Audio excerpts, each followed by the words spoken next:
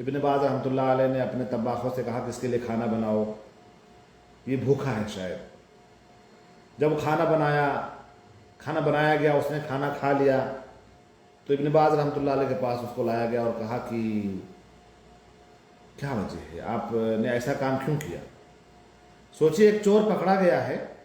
اور چور سے کھانا کھلانے کے بعد پوچھا جا رہا ہے کہ آپ نے ایسا کام کیوں کیا۔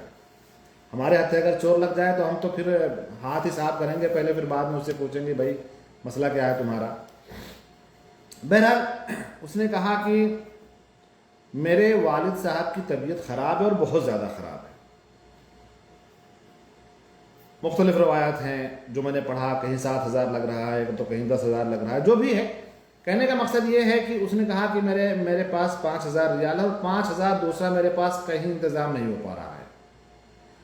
تو اب میں نے بہت سارے لوگوں سے قرض بھی مانگے، کسی نے دیا نہیں۔ میں نے اپنے کمپنی میں جو ہے قرض کے لیے اپلائی کیا، وہاں مجھے جو ہے ناکامی ملی، انہوں نے کہا کہ نہیں میں نہیں دے سکتا۔ تو مجھے ایک ہی راستہ نظر آیا کہ میں اب چوری کر لوں اپنے والد صاحب کو بچانے کے لیے۔ جب یہ جملہ ابن باز رحمۃ اللہ علیہ نے سنا تو بہت متاثر ہوئی اور کہا اچھا یہ بات ہے۔ اب ظاہر ہے کہ اس کا دعویٰ تھا، اس بندے کا وہ جھوٹا بھی ہو سکتا تھا۔ تو ابن باز رحمۃ اللہ علیہ نے اس کی تحقیق کروائی کسی آدمی کے پاس جو پاکستان میں ہوا کرتے تھے، وہاں انہوں نے کال کروا، ان کے طلبہ میں سے تھے، ان کے طلاب میں سے تھے، اور پھر ان سے کہا کہ یہ ہاسپٹل ہے، ایک آدمی ہے جو وہاں پہ ایڈمٹ ہے، اس کا اس طرح سے علاج ہو رہا، آپ پتہ کرو کہ کیا یہ صحیح بول رہا ہے کہ غلط بول رہا ہے۔ تو جب تحقیق کی گئی تو پتہ لگا کہ ہاں وہ بالکل صحیح کہہ رہا ہے، اور ان کی اتنی ایج ہے اور وہ اس بیماری کے اندر ملوث ہیں، مبتلا ہیں، اور اس کے بعد میں جو ہے یہ علاج چل رہا ہے اور اتنا خرچہ لگے گا ان کے اوپر۔ تو جب وہاں سے تصدیق ہو گئی تو ابن باز رحمۃ اللہ علیہ نے اسے علاج کا پورا خرچہ دیا اور مزید اس کو کچھ پیسے دیے۔ ایک جگہ میں نے پڑھا کہ جو ہے اس کو جب پکڑا گیا تو پولیس کے حوالے کر دیا گیا، اور تو ابن باز رحمۃ اللہ نے کہا کہ کہاں ہے بندہ ہو، تو انہوں نے کہا کہ نہیں اس کو تو ہم لوگ پولیس کے حوالے کر دیا کہ نہیں اس کو پولیس والے کے پاس سے بلاؤ، پولیس والے کے پاس، تو اس کو پولیس والے بلایا گیا، پھر پوچھا گیا، مطلب جو بھی ہے۔ کہنے کا مقصد یہ ہے میرے بھائیوں اور دوستوں کہ ہم کہاں، کیا صرف ابن باز رحمۃ اللہ علیہ کے ان واقعات کو پڑھ لینا، سن لینا اور ذرا سا خاشع ہو جانا، ذرا سا آنکھیں اشبار ہماری ہو جائیں، وہی کافی ہے کہ ہم بھی اپنی عملی زندگی میں اس کو اپنائیں گے؟ آج دیکھیں ذرا سی غلطی پر کسی کے ساتھ بھی ایسا کھیل اور ایسا گیم کر دیا جاتا ہے کہ اسے نوکری سے برخاست کر دیا جاتا ہے، جبکہ وہ آپ کے یہاں کام کر رہا ہوتا ہے۔ چلو ایک غلطی ہو گئی، چاہے وہ طلبہ ہیں، چاہے وہ اساتذہ ہیں، چاہے وہ اداری لوگ ہیں جو اسٹاف میں کام کر رہے ہوتے ہیں، آفسوں میں کام کر رہے ہوتے ہیں، ہوگی کوئی غلطی ہو جانے کا مطلب تو یہ نہیں ہوتا کہ آپ اس کو بالکل جو ہے فنش ہی کر دو، اس کی زندگی سے کھیل جاؤ۔ اس کے بچے ہیں، اس کی بیوی ہے، اس کی پوری ضروریت ہے جو وہ جن کی وہ پرورش و برداشت کر رہا ہے، اور آپ ہیں جناب کہ آپ ناظم صاحب ہیں اور آپ صدر صاحب ہیں اور آپ جو ہے فاؤنڈر ہیں، تو آپ جو چاہیں گے وہ کریں گے۔ ایسا نہیں ہونا چاہیے۔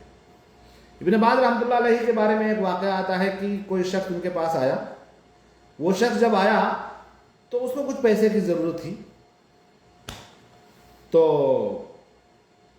اس نے اپنے مسائل کو رکھا ان کے سامنے اور کہا کہ شیخ مجھے اتنی کی ضرورت ہے اور میرے پاس یہ مسئلہ ہے، یہ مسئلہ ہے۔ تو جو لکھ رہا ہوتا تھا اس نے شاید 2,000 لکھ دیا یا ایسے کچھ اماؤنٹ لکھے اور حروف میں نے لکھے اس نے۔ تو جب وہ لینے گیا وہ پیسہ تو اس نے 0 بڑھا دیا، تو جو دے رہا تھا اس نے کہا کہ اللہ شیخ صاحب تو اتنے پیسے عام طور سے دیتے نہیں ہیں، اور دیتے بھی ہیں تو وہ بہت ساری کنڈیشنز ہوتی ہیں جن کو وہ سامنے رکھ کر کے دیتے ہیں، کچھ اور بھی اس کے ساتھ ہوتا ہے۔ تو پھر وہ جو ہے بہت ناراض ہو گیا اور اس کو پکڑ کر لے کر کے آیا اور کہا کہ شیخ یہ چیٹ کر رہا ہے، دھوکہ دے رہا ہے، غش کر رہا ہے، آپ اس کا تعاون کر رہے ہیں، اس طرح سے یہ کر رہا ہے، اس نے 0 بڑھا دیا ہے، 20 کر دیا ہے، 20,000 کر دیا ہے، تو جس کو جو ہے ایک پیسہ بھی نہ دیا جائے اور اس کو جو ہے حوالے کر دیا جائے پولیس کے۔ ابن باز رحمۃ اللہ علیہ نے کہا کہ اتنے جذباتی آپ کیوں ہو رہے ہیں؟ اگر اس نے 0 بڑھایا ہے، ہو سکتا ہے اس کو 20 کی ضرورت ہو، اور میں نے 2 ہی اس کے لیے کیا ہے، تو آپ 20 کر دو۔ تو میرے بھائیوں اور دوستوں، کہنے کا مقصد یہ ہے کہ یہ جو چیزیں ہیں ان سے ہمیں سیکھنے کی ضرورت ہے۔ غلطی ہر ایک سے ہو سکتی ہے، کسی ایک سے بھی ہو سکتی ہے، ہم سے بھی ہو سکتی ہے، آپ سے بھی ہو سکتی ہے، ایک چھوٹے بچے سے بھی ہو سکتی ہے، ایک عالم دین سے ہو سکتی ہے، جامعہ میں پڑھنے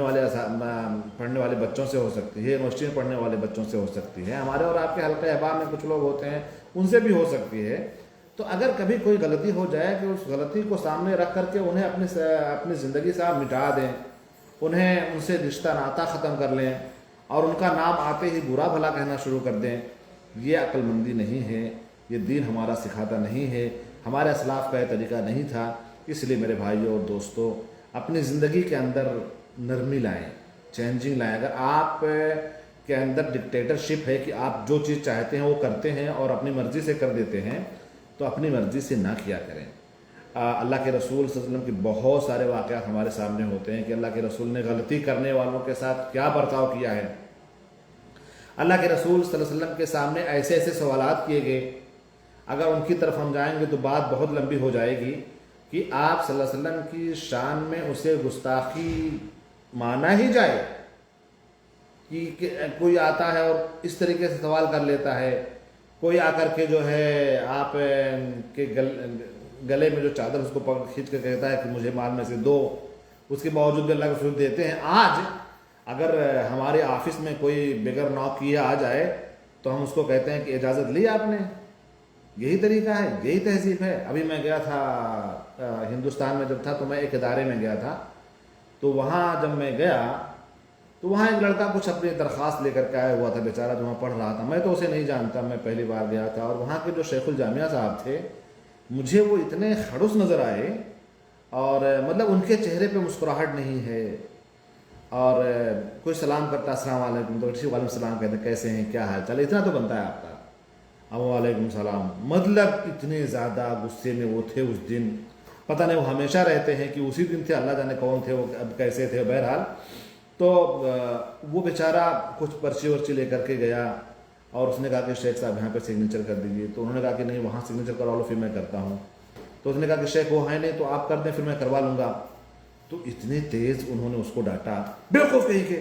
گدھے ہو ایک دم، سمجھ نہیں آتی تم کو، میں ایک بار بولتا تم کو سمجھ نہیں آتی ہے۔ میں بیٹھا رہا اور میں بیٹھ کر کے اس بچے کو دیکھوں، اس کا چہرہ دیکھوں، شیخ صاحب کو دیکھوں، اور میں کہوں کہ یار اس کرسی پہ تو یہ جملہ تو صحیح نہیں لگتا ہے نا۔ مطلب ایک بچہ جو آپ کو شیخ صاحب کر رہا ہے، آپ اس کو گدھا کہہ رہے ہو، مطلب آپ کا شاگرد ہے، آپ کے اسکول میں پڑھتا ہے، آپ کو تو مشفق ہونا چاہیے، شفیق ہونا چاہیے، اور آپ اس طرح سے اپنا جو ہے لہجہ رکھو تو کیسے کام چلے گا۔ بہرحال میں نے وہاں کچھ نہیں کہا، کیونکہ میں بھی اسی مصیبت کا مارا ہوا تھا، میں بھی وہاں گیا تھا،